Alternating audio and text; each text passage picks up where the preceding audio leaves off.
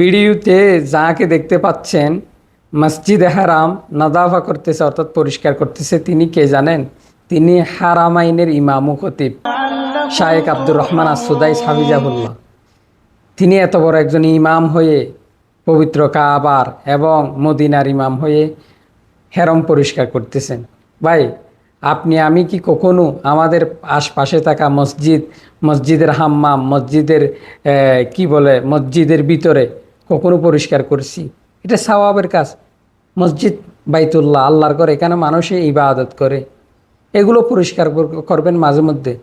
আমাদের ওইখানে সভাপতি সেক্রেটারির অভাব নাই, কিন্তু কেউ মসজিদের কখনো পরিষ্কার করে না। আমি বলি আগে, মসজিদের সভাপতির কাজ হচ্ছে মসজিদ পরিষ্কার করা, আর সেক্রেটারির কাজ হচ্ছে হাম্মাম পরিষ্কার করা।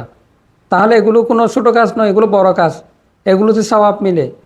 আল্লাহ তাআলা আমাদেরকে বোঝার তৌফিক দান করুক এবং বেশি বেশি মসজিদের খেদমত করার তৌফিক দান করুক। সকলে ভিডিওটা শেয়ার করে দিবেন।